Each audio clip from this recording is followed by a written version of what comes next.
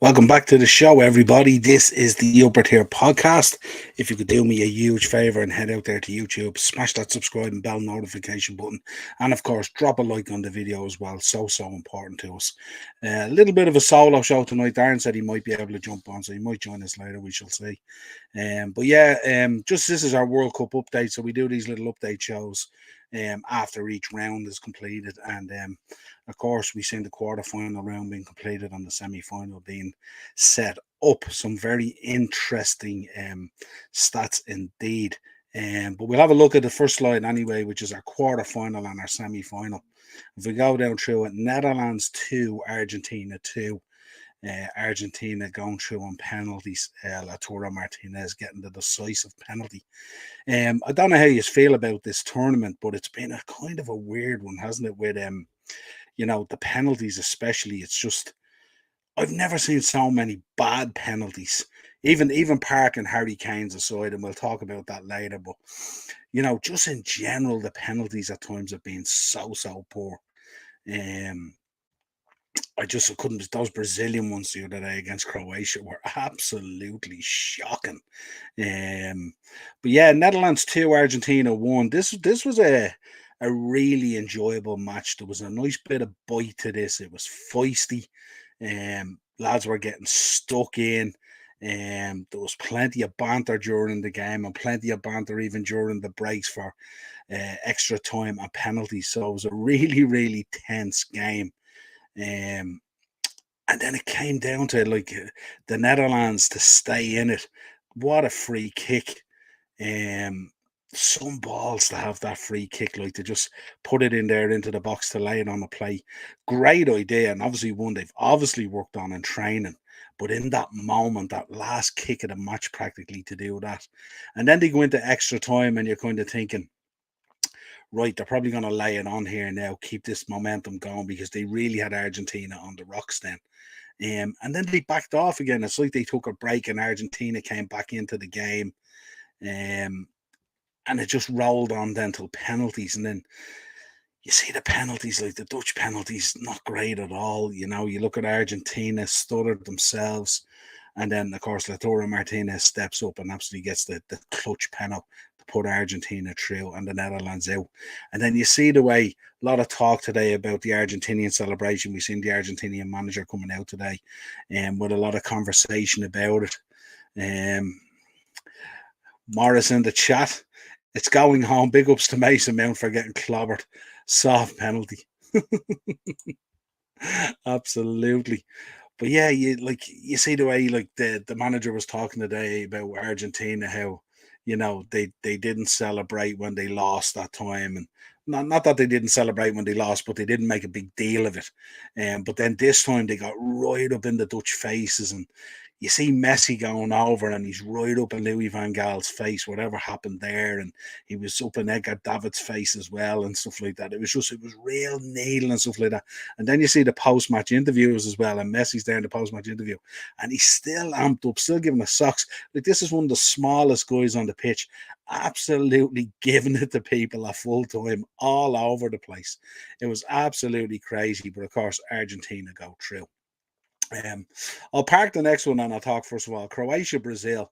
Again, another mad game altogether. The Brazilians, of course, taking the lead, and then Croatia coming back in at last gasp again to force extra time and penalties. The Croatian team were dead on their feet. But there was a kind of, when the Brazilians took the lead, there was kind of an arrogance to them. They just presented this kind of like, okay, we've got one now. We can play around here and get a few and stuff like that. And you felt this kind of arrogance was coming out in them and stuff like that. But Croatia hung in there as they have been all tournament. Again, such an aged team as well. You look at Dejan Lovren at the back, of course, as a Liverpool fan. We love Dejan. But you've Luka Modric there as well. And you've so many players there that just, I don't know. It's like collectively they operate and they know what they can do and they know what to do to get results and stuff like that. But when you look at the team individually and you break down the squad, You dig down into Modric, you dig down into Dejan Lovren, and then after that, you're kind of looking around how these pieces come together and stuff like that. But heck, they find themselves in the semi-final of a World Cup, and they now face Argentina. So it was crazy pens again. Um, yeah, they don't get enough credit, and you know what it is, Morris? They don't get enough credit because I think they don't play an attractive way of football. It's very like Morocco as well, except Morocco, of course, are getting the plaudits. And we'll talk about them, of course, now. Myself and Morris have been going back and forward. Check out Morris's channel as well. It's excellent. And also check out tomorrow night, isn't it, Morris? Tomorrow night, Voice TV. There might be a little clip from a certain podcast, a GP production podcast, on a documentary about Vince McMahon. But yeah, Morocco won, Portugal nil. Um, Again, this was an interesting one. Morocco going through the World Cup haven't conceded a goal yet, but they've tend to score a goal or two. But they then shut up shop so much, and even like Portugal, even with Morocco down to 10 men, Portugal couldn't put out and see out and buy them, and that chance for Pepe at the death. You've got to put that header away, haven't you? Ronaldo coming on had about, I think, 53 minutes of the game in total or something like that, but couldn't seem to influence it in the way that he wanted. There was kind of wave after wave of Portuguese attack and stuff like that. But again, I think probably their naivety in a way that they thought that eventually this goal would come, that this moment would come and they'd be back in it. And it just never came. And Morocco ran out 1-0 winners, hung on to that lead from early doors and seen it out, haven't conceded a goal. Absolutely electric. What more can we say? Ziyech, where has this Ziyech been for Chelsea?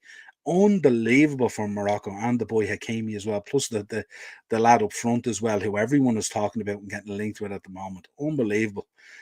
Morris back in the comments. Some, as the smaller nations, could learn a thing or two from Morocco. Big Jack stuff, and it works. Absolutely. Myself and Morris were talking about this the other day. The key to being successful at an international level is knowing the capabilities of your squad and setting up a situation where you play within those capabilities to your strengths. You don't try and be, you don't try and play like Brazil or play open like France or whatever it is if you don't have the talent to do it. You understand your squad and the capabilities of your squad, and you set out a game plan in line with that. Myself and Morris have been talking about this all weekend. Myself and Morris have been fully in on Japan and on Morocco to the point where it's nearly ridiculous. And can you imagine? Look at the celebrations that we've had already, okay? But can you imagine Morris, Stephen Kenny, cough, cough? Yeah, absolutely. It's mad, isn't it? It's a madness.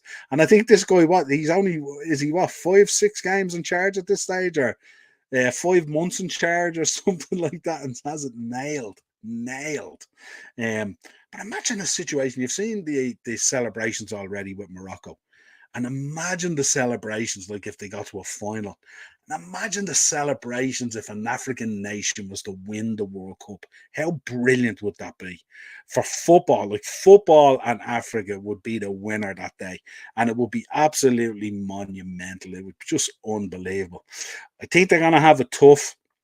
But who knows, Um, Portugal lost. Yeah, that's right. Portugal lost. Yeah, absolutely. You don't need to know. Portugal lost. Yeah. Um, but yeah, it was fantastic to see Morocco going through and the celebrations and what it means and stuff like that. It was very similar to the Saudis when they won that match in the group stage and stuff like that, but then they couldn't carry it in through the tournament. It was like as if you're nearly the Morocco, I think, have approached this tournament like their next game is the final of the tournament nearly, and they're on a wave now. They've nothing to lose. Most of the neutral fans out there at this stage are in the Morocco camp at this stage. It's absolutely fantastic, and good luck to them in the semi final. I did predict there in one of our shorts there on the channel. I did predict Morocco would go through to the quarters and beyond the quarters into the semis. I also said I wasn't too sure. I thought with Portugal, maybe with Ronaldo coming out of the side and the wave that they had there with the young lad Ramos up front and the hat-trick that he got and the wave in which they were playing, if they could sustain that, I didn't think Morocco could live with them. But Morocco did live with them, and hats off to them. They had a game plan. They got their goal early. They knew what they had to do, and they hung on for dear life, and the defending was absolutely brilliant. As I said, Pepe, you gotta put that header away. That free header at the back stick, you gotta put it away. But he didn't. Let's get on to France versus England. Um, this kind of had huge build up, of course, huge expectation for England, as it is going into every tournament. But I think this one, after reaching a semi-final and after reaching a final, they felt that this tournament was the one where they could take that next step and actually win a tournament. Certainly they had the personnel to do it. Certainly they had the talent there to do it. But I think when you look deeper into the way it's constructed, and we are tonight going to have a chat about Gareth Southgate as well, so hold your fire on that. We'll have a chat about Gareth Southgate. There's a lot of debate at the moment about whether he should stay or whether he should go. And I have some views on that, and you can let me know your views on it as well. Morris in the comments, England can't beat the good teams. Yeah, Morris sent me a slide today, which I will show you. It's coming up later towards the end when we start talking about Southgate. But if we look towards that France-England game, Kane missing that penalty. England were on top for huge portions of the game, but you've got to, the difference at this level when you're at that quarter-final stage with highly ranked teams. France, of course, World Cup winners at the moment. You got to, those fine margins, you've got to take your opportunities, you've got to put it to bed and stuff like that. And if you can't do that, you are going to get punished. And France, in fairness to them, they hadn't created a whole lot. I mean, until that opportunity then came for Giroud, which Pickford with an unbelievable save. I know it was the right height from and just to the side and stuff like that, but the pace at which it was coming at him and stuff like that was an absolute fantastic save. And then it's kind of heartbreak for them as well then, because he's pumping up the defence and all. And then in comes this in-swinger from Griezmann, and boom, Giroud with what was the winner in the end. And Giroud, how much can we talk about Olivier Giroud? What a man for the big occasion. That guy scores some serious goals and some serious moments, and just unbelievable. And then, of course, Harry Kane had the chance with the penalty that he sent into orbit. Probably the worst penalty he's probably ever taken in his life, regardless of the level at which it was at. And I couldn't understand why he wanted to hit it so hard. He should have well known Hugo Lloris. He scored the previous one. And all he had to do was just stroke it home, put it up the middle or just put it to the side and just place it home. You didn't have to blast it into the back of net, and hence it went into orbit, missed that. And then we had a free kick. We had some interesting, of course, substitutions in this game. And it's just the substitutions were kind of weird as well. Saka going off, who was arguably their best player, was a very, very strange substitution. Giroud never gets the credit either. Yeah, at times he doesn't. But when you think about it, when you look back on his career, I mean, everywhere he's gone, he's more or less been successful. And not only being successful in a team sense, he's been a huge part of why the team that he's in has been successful. So he's always had a huge part to play in the success of the teams that he's played with. But he's always there. He always just seems to crop up in these moments. And remember, we're talking about a French team here now that's quite heavily depleted here. No Nkunku, no Benzema, no Kante, no Pogba. They're missing loads of world-class players and stuff like that. But I think what's happened, and we mentioned it on a previous update as well, I think these players that are missing has solidified that group. Because when I look at that French team under Deschamps as well, I've never seen a French team so together. Rabiot is a revelation. I don't know where that Rabiot has been for Juve, but he's been an absolute revelation in this tournament. Unbelievable in the way he pulls the strings in midfield and allows Griezmann to play in that new role that Deschamps has him doing. And how effective is Griezmann in that role? Unbelievable. And it's just that I think Deschamps has just taken off the leash, really, and he's put players into positions there where he feels they can have a huge impact on the game. But a lot of it stems from that work that's going on in there from Rabiot at the moment. I think if anyone's been following the French team, the shift that Rabiot has been putting in has been immense. And that's a boy I was very questionable of that guy, and the transfer and his mother involves an agent and all this kind of stuff. And you see him at Juve, he's been an absolute disaster as Juve. Now, look, hands up, Juve have been a disaster, so maybe it's not just a reflection on him, but that's a different Rabiot at this World Cup. Arguably for me, he's been one of the best midfielders in the World Cup so far. Absolutely outstanding. But France, they have this free kick then right at the death of England. And Marcus steps up, takes the ball, wants to take responsibility for it, hits it really, really well. Very unlucky as well, just skates over the net. Could have went in. And I said, of course, on the night I was saying, I was shouting at the screen to Southgate, bring on Trent. And of course, this is me wearing my Liverpool hat. Bring on Trent. He loves a dead ball. Bring on Trent. And then I was kind of thinking, why didn't England try and do what the Dutch had done and just slide a ball into the box there for someone to knock it home? But then I was thinking, if they did that and it didn't work out similar to the Dutch, you'd be getting tore asunder because you should have had a go on goal. You know what I mean? So it's all ifs, buts, and maybes. It's these little clutch moments at times that you find, especially with England. They just have these little clutch moments where it just doesn't happen for them. Yeah, absolutely. I was screaming in our WhatsApp group, Morris, there, Wilson should have come on. Absolutely. There was a number of substitutions he could have made that could have affected the game in a different kind of way and given players a bit more time. And again, I think at times he just got it wrong. You know what I mean? You look at Wilson, if you're looking for a poacher who's going to crop up in the 6 yard box and get you a goal, he's certainly that guy and has been that guy. Why not use him as an option? I did say England going forward as well. I thought Saka and I thought Foden, I thought they were out very wide. And I thought when Kane was dropping in to pick up the ball in midfield, there was a gaping hole there, and they weren't quite making the runs from midfield, the likes of Juden that they had been making. And what happened was Kane was picking up the ball. It was going out wide to the boys. The boys were very wide. And it just didn't seem to knit together. Jordan, obviously, Henderson wasn't making those runs that he had made. Jude wasn't making the runs. Obviously, Declan the odd time goes and makes the runs, but normally sits in. But it just didn't knit together in this game, and at one stage I was looking at Harry Kane. He was dropping so deep. At one stage he was about 10 yards inside his own half, picking up the ball, and I was thinking that's way too deep to be coming to pick up the ball to influence the game.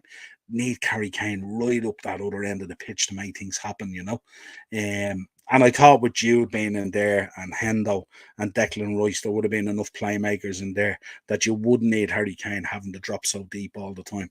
But that's the way it was. The two boys were out way too wide. I think when Harry drops deep, the two boys need to come in and narrow it, but they didn't make those runs, and hence there wasn't much of an option for him except to go wide, and it became very repetitive and stuff like that, and very easy for France to defend against.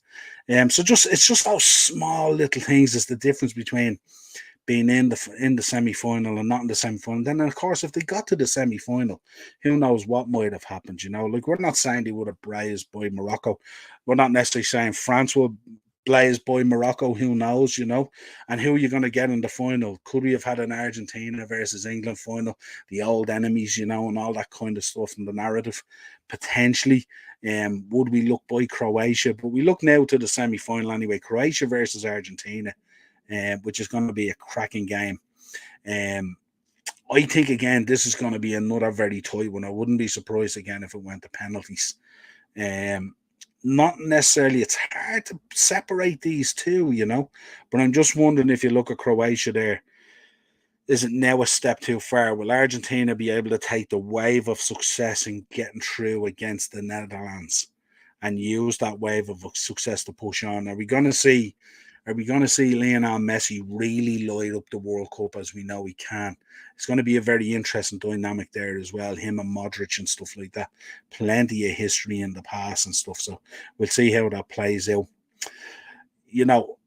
I don't know. Let me know in the chat. If you're in the chat, let me know. Who do you think's going through in this semi-final? Let me know what you think your final is going to be.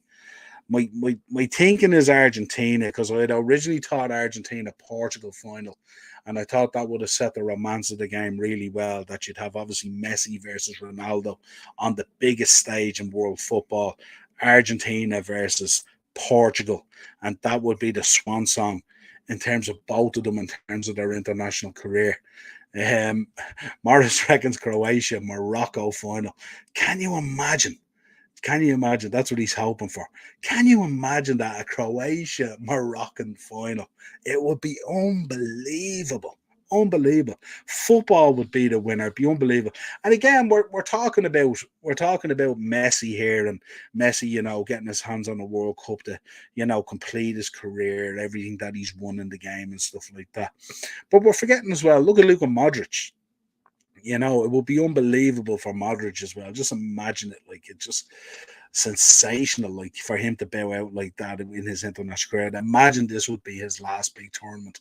Although they might roll these guys out again, who knows? In 4 years' time, and in 2 years for the Euros, who knows? Um, I, I have to go here. I think I'm gonna go, and I'm gonna break my form here because I'm on the Moroccan train. There's no doubt about it, Morris, and I want Morocco to get to the final. But I think we're gonna get an Argentina France final. But I've a funny feeling that both these semi-finals are gonna go to penalties, and that they're not all gonna have it their own way. That teams are gonna dig in, and it's going to be really, really tight. Now, I've been predicting this. Well, you see, Argentina will go out and they'll smash Croatia 4-0, and France will probably smash Morocco 5-0 or something like that. But what I'm thinking at the moment is I think they're going to be two really, really tight games at this stage. There's going to be a lot of tension out of there. There's going to be a lot of nerves. There's going to be a lot of expectation, especially from Argentina and France. Morocco are just riding this wave at the moment, and Croatia to a point. But Croatia know what they need to do. They've been there, they've done it. They've been in these tense moments in these situations. So it'll be interesting to see how it pans out. But I'm thinking Argentina, France in the final, which doesn't get me any plaudits for picking that. But I do make a case. I think it's going to be really tight, and it wouldn't surprise me at all if both semi-finals go to penalties. So it'll be really, really interesting to see. Let's have a chat then about Gareth Southgate. A lot of narrative today coming out about Gareth Southgate. A lot of fans. It's been a kind of a weird one because normally when the team bows out like this, there's normally this wave of abuse and hatred and all this kind of thing. They've let you down again, it's not coming home, all this kind of thing. But this time it's been kind of different. There's been, I think, a realistic approach in terms of the fans to the English side. They know how good the players are. There's an abundance of riches there available to Gareth Southgate, and no one more than him knows. I mean, he's come up through all the different age groups in the English system. He knows all these young players inside out because he's had them playing from an underage level. And I think this was a huge opportunity that was missed. And I think, he's had 3 big tournaments now. And I'm just wondering, is it time, do they need a kind of a change? Or let me know in the comments, what do you think, and in the chat, do you think he should be given a chance to go to the Euros? Do you think he should be taken out? I think in certain circumstances, I think he's done a really, really good job of bringing players through. I think in some circumstances, I think his loyalty has blinded him a little bit. He's gone back to what has worked before, which might not necessarily be what you need to be doing. And you look at some of the goals he gave up, like that Giroud goal.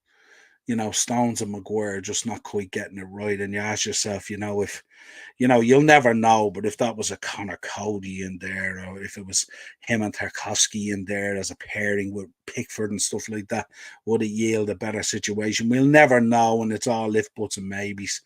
Morris in the comments, how can you expect to win a trophy with a Spurs player as captain? Yeah, I mean, interesting.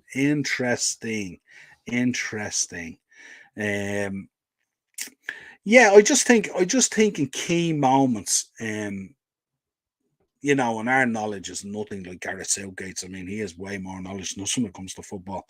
But I just think in key moments, I think Marcus Rashford the other day should have had a lot more time. I think when he came on in the previous games in the group stage and stuff like that, he was absolutely outstanding. He was on it. His speed could have been unbelievable in there. I think Darren talks to me all the time. He talks to me about, If Southgate and the team just showed a bit more bravery and a bit more guile about them and stuff like that, they would be way more successful.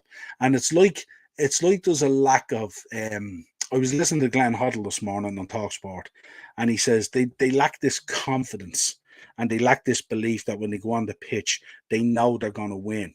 And it's a difficult one for them, and it's a difficult one mentally to get over. Morris again, Garrett is too loyal. He is too loyal, and there is players that were there and players that were playing that probably shouldn't have been there. Some of it, his hand was forced a little bit, obviously through injuries and stuff like that. But I think when the squad was announced there 4 weeks ago or 5 weeks ago, whenever it was, I think we all had views on it on who we thought would be in there. Anything from a James Ward-Prowse to Tarkovsky to whoever, like we'd a list of players who we thought should be in there. And we'd a list of players that was in the squad that we didn't think should be in the squad.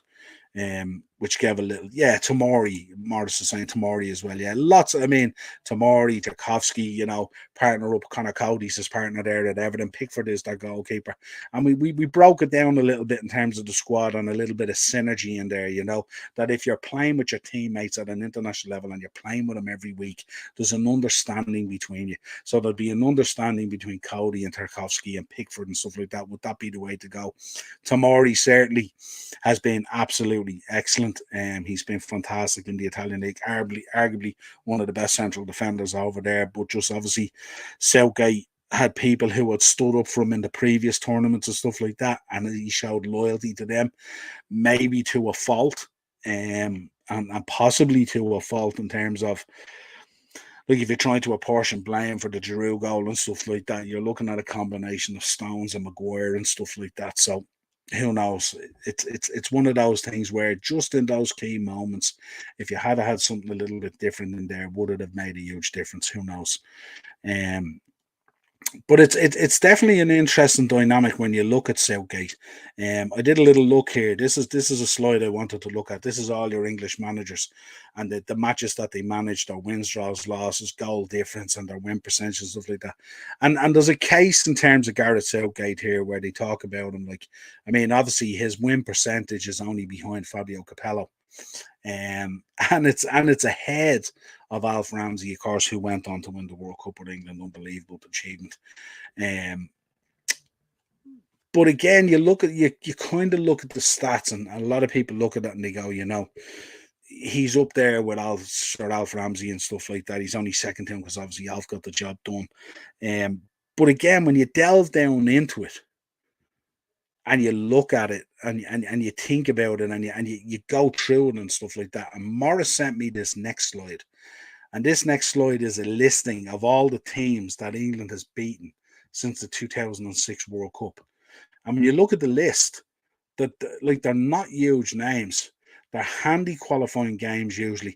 And I know if you check out check out Del Boy's channel, Del Boy Gunner TV.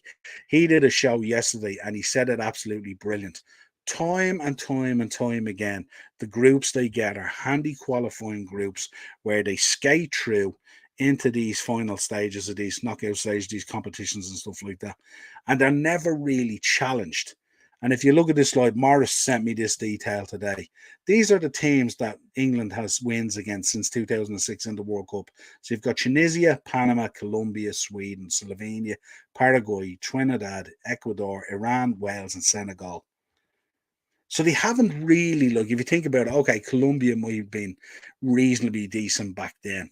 Sweden would have been decent back then. But outside of that, what have you got there? You know what I mean? Nothing. You got Senegal there, who they beat in this tournament. No Sadio Mane, missing players and stuff like that. So it's not really the full strength of a Senegal, So they haven't really put it up to anyone of any consequence in the World Cup. If you look at these World Cup wins since 2006. And then that's when you delve down and you look at sort of the pathway. Then you look at Gareth Southgate and you talk about, well, they got relegated from the Nations League. You know what I mean? So that was pretty poor. So they weren't necessarily going into this tournament on the back of the form in the Nations League in a rich vein of form. And when you think about, again, I keep on mentioning this, the abundance of players that he has to pick from. And then you look at the players that he did pick, some of it was totally out of loyalty. And the thing about it is, some of it was totally out of loyalty. And those players didn't even get a kick as well. Like you think about Calvin Phillips. You know what I mean? What was Calvin Phillips doing at the World Cup? You know what I mean? When you could have had a James Ward-Prowse or another player. You look again, Harry Maguire brought him there out of loyalty. And don't get me wrong, Harry has performed for England. Probably way better performed from England than he has from United. And at times has come up really good for Southgate and stuff like that. But how would you have him there over a Tamori who's playing for his club week in, week out at a very high level, very, very strong? And you have Maguire there, who's literally sat on the bench for most of it. Calvin Phillips, absolutely, Morris. He's literally had a year off, came back into the City team, I think, 3 weeks before the World Cup, the squad announcement. And I think he played in a Carabao Cup or something like that. I think he played 30 minutes in a Carabao Cup game, was deemed fit, and ended up in the squad for some reason, you know what I mean? And it just didn't make sense. Also, you look at Kyle Walker. Now, don't get me wrong on Kyle Walker. He was absolutely fantastic. And that was a real test for him up against Mbappe. And he was only back off being injured as well. But Kyle Walker's an absolute athlete. There's no doubt about it. And the job he did on Kylian Mbappe was exceptional. So yeah, it's a kind of a different scenario there. But you look at Phillips going, like, I mean, he hadn't kicked the ball like literally a year off, you know. So these are the teams that England has beaten in the World Cups in 2006. Like, it doesn't make for great reading, really.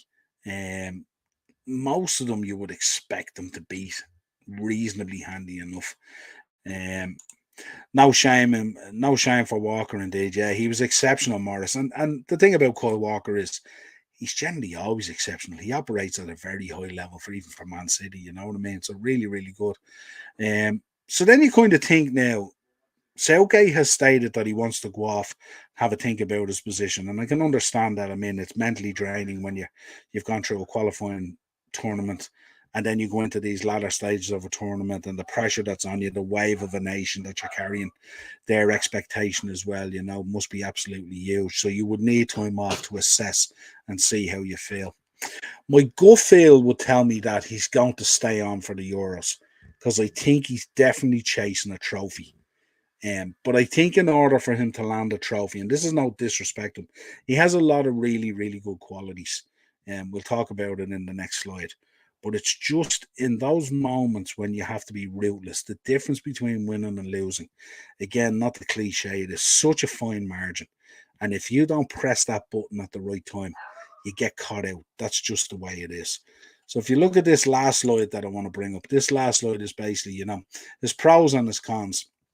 I think his record is only second to Sir Alf Ramsey and Fabio Capello in terms of his win percentage, stuff like that.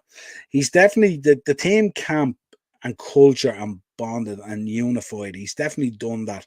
Like if you think about this English side, you don't get a lot of stories leaking. You don't get a lot of misinformation coming out. I mean, obviously Ben White had to go home. And we'll find out a lot of the reasonings behind that in the future. And of course, Raheem had to go home over the incident in his house with the break-in and the assault and the robbery and all that kind of thing. So we understand that. Morris, no Prem team would hire him. No Premier League team would hire him. Yeah, and that could be a fact. But then again, I suppose when you look at it, he has definitely bonded that team and changed it from a culture point of view. His knowledge of the young players is very high. He's brought most of them up through the underage level. He has the respect of the players, which I think is huge. If you look at a lot of English managers down through the years, and you hear Stuart Pearce talking this morning on TalkSport, and obviously Glenn Hoddle as well, at times they didn't feel they had the players with them. Which you can understand. They just, there was a separation there. Whereas if you look at a lot of the footage coming out from these England camps with Southgate and stuff like that, they're very much bonded and together as a team and unified, as I said, So he definitely has the respect. He does have in terms of leadership skills. He definitely has leadership skills there. Because he's very composed in the way he does things and the way he goes about his business. Now, there's no doubt in the background he can be as ruthless as the next man. When it comes to players, and especially when it comes to um, picking squads and letting players know and stuff like that. I'd like him to reach further afield when he's looking at players. Like the Chris Smallings, the Tamaris, the Tammy Abrahams, and all this kind of stuff that are operating at a very high level in the Italian league. And that, like, it doesn't all have to necessarily come from the Premier League.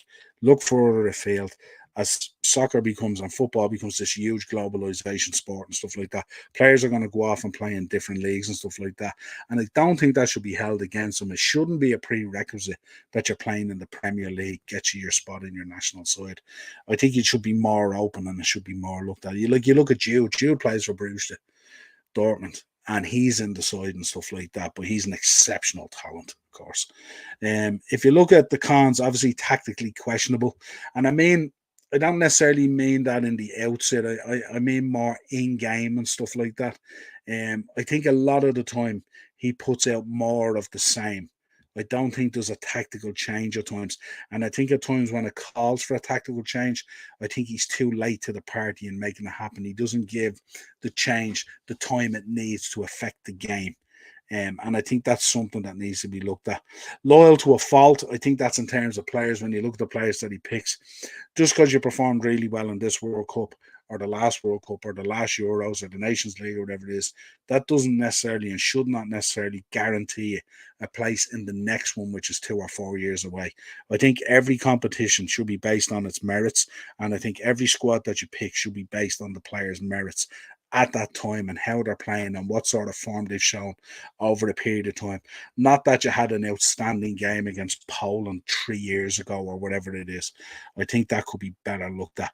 And again, that flows into your squad choices and stuff like that. I do think in some of the picks in the squads, I think he could have made better choices. And again, you can check that out. It's on the channel there on one of the shows that we did.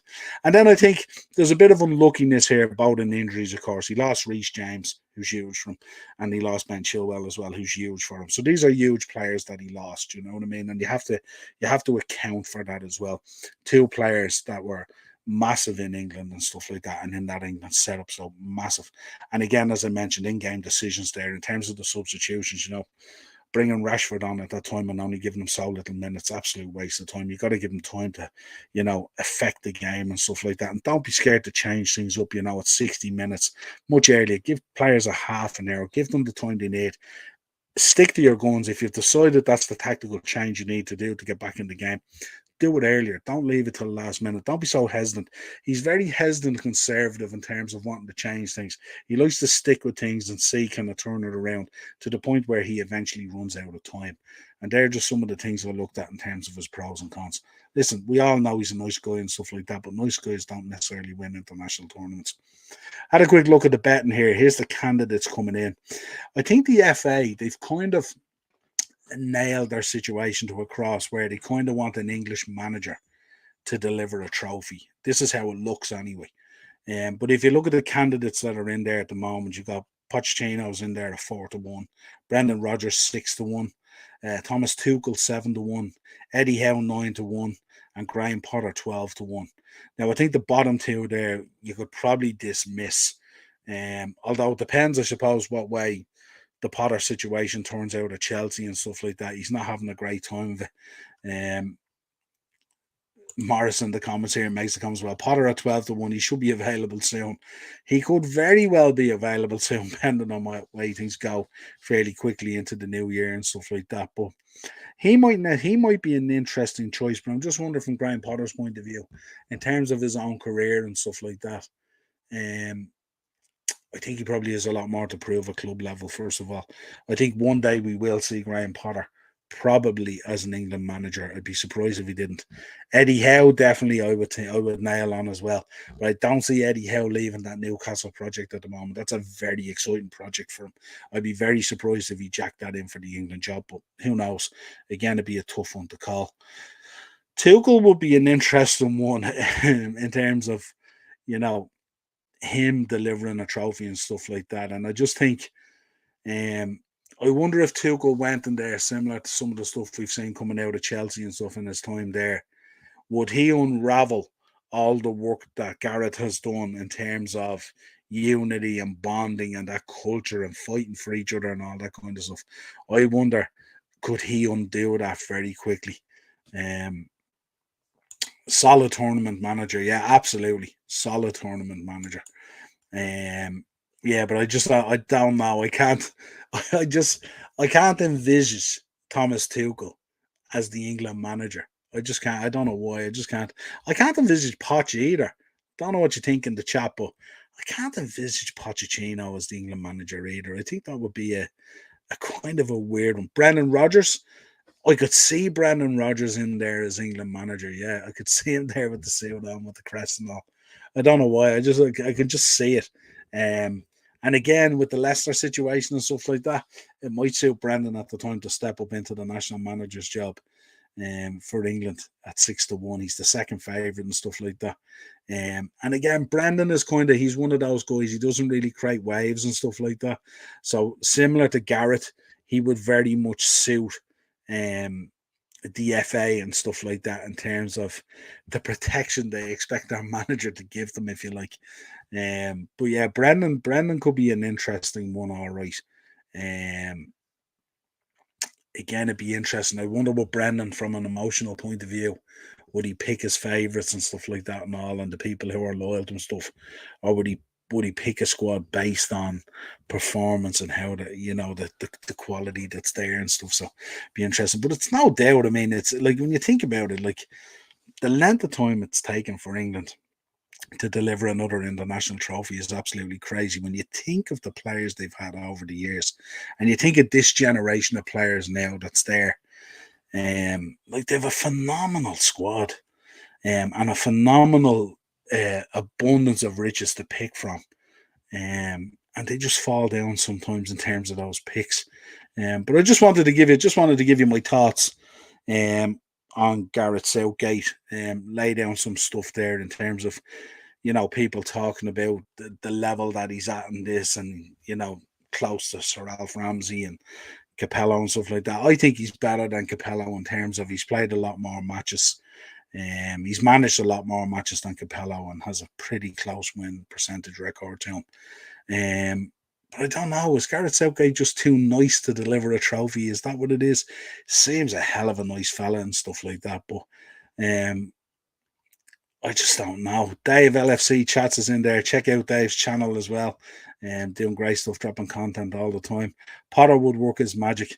Dave, what are you thinking, Dave? Are you Southgate has to go? He's had 3 tournaments now, or do you think they'll give him to the Euros? And do you think he's earned the right to go to the Euros after reaching a quarter, a semis, and a final? Do you think he's due one more stab with these players? Do you think he'd be capable of getting them over the line? I don't know. I'm not too sure. It's going to be that Euros in 2 years' time is going to be a difficult one as well, because you're going to see a huge change in the German side and stuff like that. Players will be returned. There'll be a new crop coming through. Surely they'll be really strong. Morris, I think you should go to the next 10 tournaments. Oh, Morris, you're a cracker. The next 10 tournaments. Yeah, I don't know. Yeah, no, I don't know. I don't know how the Euros is going to turn out and stuff like that. My way, let's go. I would keep Garrett Waistcoat for one more tournament. Yeah, I think so. I think they'll keep him from the Euros. I think he'll go home. He'll enjoy his Christmas. He'll have a good think about it, and then he'll say, "Look, I'll give it one more stab." But yeah, I don't know. Like he manages the way he manages at Middlesbrough and the way he's managed at other places. This is the way he manages and this is the way he is. And it's going to be very hard to change it. Like, you know what I mean? It's just to actually pick a squad of players that are performing, that are in form, that are playing week in, week out for their teams, that maybe have a little bit of connection, that they play together, and create that kind of synergy. I don't know whether he'll do that or not. I wouldn't be surprised at all if he picks Maguire for the Euros and Calvin Phillips and these guys and all, and it's just a weird one for me. I just don't know. But yeah, that's my 2 cents on it. Take it for whatever it is. I think they probably need to freshen it up and make a change.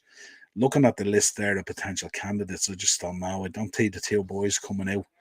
Can't see them coming out of their positions at the moment. Tuchel and Pochettino for me would feel weird. Rodgers would feel kind of a little bit more of the same of Southgate, a little bit, maybe with a little bit more nous. Um, Morris, I'd say he's shy crack at parties. Do you reckon he wears a waistcoat to the parties, lads? He'd definitely wear a waistcoat. He'd rock up with a waistcoat at the parties, wouldn't he? 100%. 100%. But so look, we'll park it for now. We'll see what comes out. We'll look forward, of course, to the semi-final starting tomorrow, Croatia versus Argentina, I think it is. And then we have France and Morocco to look forward to. So it's going to be a good end to the tournament. Great if an underdog could win it. Can't see it, but great if it happened. In our house draw here, I have Croatia, but I thought I was dead and buried. We got 5 teams each, and I got Denmark and Croatia. When I seen Denmark going out, I thought it was buried, but good old Croatia's doing well for me. I bet he drinks Coke Zero or tea. I drink Coke Zero, Morris, but normally has a vodka or a whiskey in it or something like that. And of course, I do drink tea, but I wouldn't be drinking tea at a house party. But yeah, fun and games. Listen, folks, thanks for tuning in. This has been your World Cup update. We had a quick look back at the quarterfinals and the semi-final, and we gave our thoughts on Gareth Southgate. As always, if you could drop a like on the video on your way out, subscribe to the channel, hit the bell notification. I no doubt we'll be back on Thursday with a show. Dazzler's itching to get back and do a show on Thursday, so we'll come up with something. Maybe Marky might be available as well. Marky's moving into a nice new house now, and he's under the cosh trying to get it done before Christmas. So good luck to our resident referee who's moving into his new house. Congrats to him and to all the family. Dazzler might be back on your screens on Thursday. We'll come up with something. Maybe we'll do. We'll have a look at the semi-finals, and we'll do it. We'll get Darren's overall view of the tournament so far, because he hasn't been on for most of these updates. And we will talk to you again real soon. Of course, if you want to contact the show, the upper tier podcast at gmail.com. And of course, if you want to check out any of the Liverpool content, it's the Shankly Sessions. Check that out. That's there on the channel as well. And of course, you'll find us all over social media: Facebook, Instagram, TikTok, and Twitter. And as Dave says, you can't earn the show any better than you'll never walk alone. Cheers, boys.